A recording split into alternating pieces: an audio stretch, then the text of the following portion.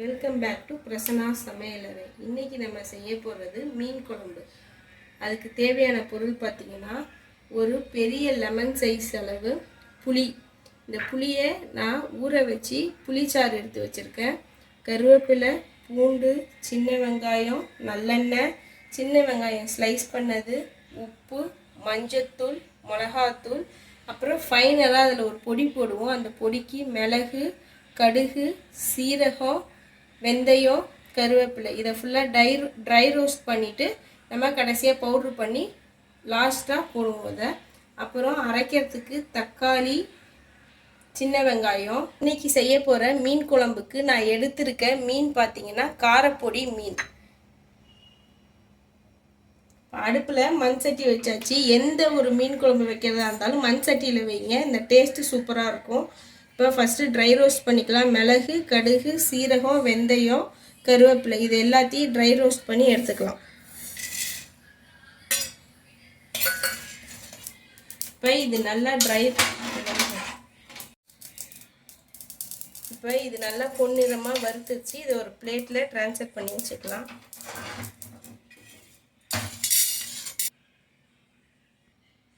அடுத்து இப்போ நல்லெண்ணெய் ஊற்ற போகிறோம்.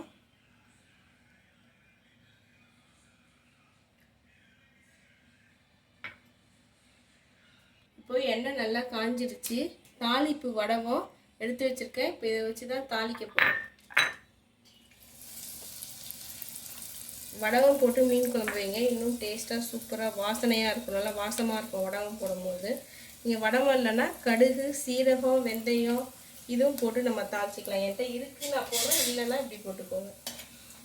வடகம் நல்லா பொரிஞ்சோனையும் முழுசாக சின்ன வெங்காயம் ஒரு 20 to 25 பல் எடுத்து வச்சுருக்கேன், அதை போட்டுக்கிறேன்.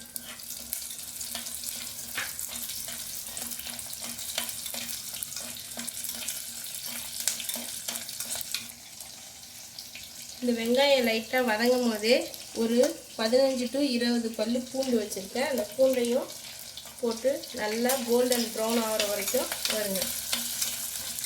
வதக்குங்க. பூண்டும் வெங்காயமும் வதங்கிட்டு இருக்க டயத்தில் ஒரு 5 பல் பூண்டு, ஒரு 10 சின்ன வெங்காயம், ஒரு 3 தக்காளி. 3 தக்காளியில் 2 தக்காளி நான் போட்டு அடிச்சுக்கிறேன். ஒரு தக்காளி அப்படியே போட்டு வதக்க போகிறேன்.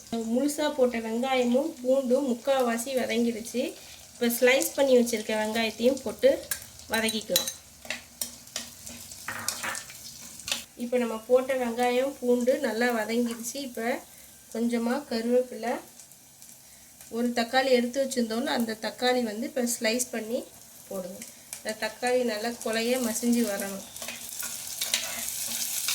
இது வதக்கிறதுக்கோசரம், இது சீக்கிரமாக வதங்கிறதுக்கோசரம் கொஞ்சம் உப்பு.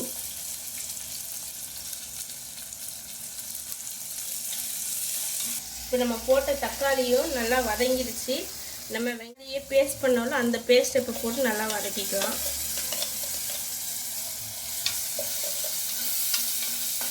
இப்போ நம்ம வெங்காயம் தக்காளி அரைச்சி போட்ட பேஸ்ட்டும் நல்லா வதங்கிடுச்சு. இப்போ இது வதங்கினதுக்கப்புறம் லைட்டாக மஞ்சத்தூள் ஒரு 1/4 டேபிள்ஸ்பூன் மஞ்சத்தூள். அப்புறம் இது குழம்பு மிளகாத்தூள். இது ஒரு 3 டேபிள்ஸ்பூன் குழம்பு மிளகாத்தூள் போட்டுக்கிறேன். ஏன்னா நம்ம அந்த வறுத்து அரைக்கிற பொடியில் மிளகு வேறு இருக்குது, பார்த்துக்கோங்க. 3 to 4 டேபிள்ஸ்பூன் போட்டிருக்கேன். இதையும் நல்லா வதக்கிக்கணும்.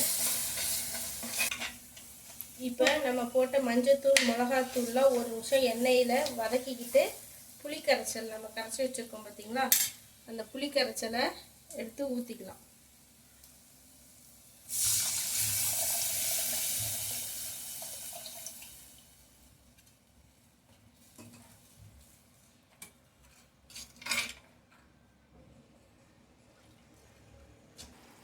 இப்போ நம்ம புளி தண்ணி ஊற்றி குழம்பு நல்லா கொதிச்சிடுச்சு. நம்ம மீன் போட்டுடலாம். குழம்பு நல்லா கொதிச்சிடுச்சு. நல்லா கொதிச்சதுக்கு அப்புறம் தான் மீன் போடணும். மீன் போட்டு கொதிச்சிச்சுன்னா மீனில் இருக்க அந்த சதையெல்லாம் பிரிஞ்சு வந்துடும். மீன் முள்ளாக நம்ம சாப்பிடும் போது வாயில் கிடைக்கும். இந்த ஸ்டேஜில் மீன் போட்டுக்கலாம்.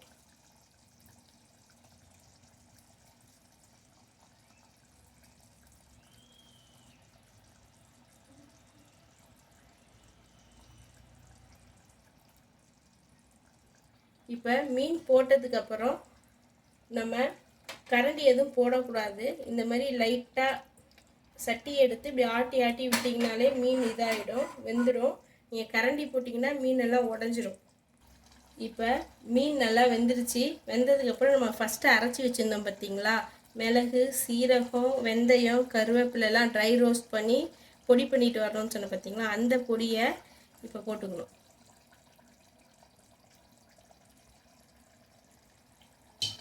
போட்டுட்டு லைட்டாக அப்படி கிளறி கொடுங்க.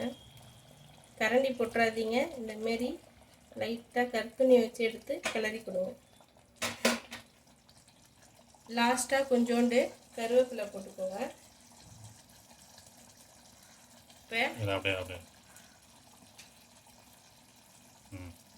இப்போ இதை ஆஃப் பண்ணிடலாம். காரப்பொடி மீன் குழம்பு ரெடி ஆகிடுச்சு. நான்வெஜ் பிரியர்களுக்கு மீன் குழம்புனாலே அலாதி பிரியம்.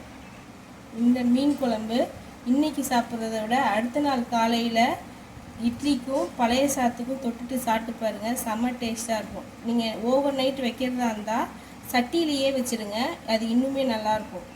இந்த மீன் குழம்பை உங்கள் வீட்டில் செஞ்சு பார்த்துட்டு என் சேனலுக்கு லைக் பண்ணுங்கள், ஷேர் பண்ணுங்கள், சப்ஸ்கிரைப் பண்ணுங்கள், பெல் ஐக்கானை கிளிக் பண்ணுங்கள். அப்போ தான் நான் போடுற வீடியோ உங்களுக்கு உடனுக்குடனே நோட்டிஃபிகேஷன் வரும். Thank you friends.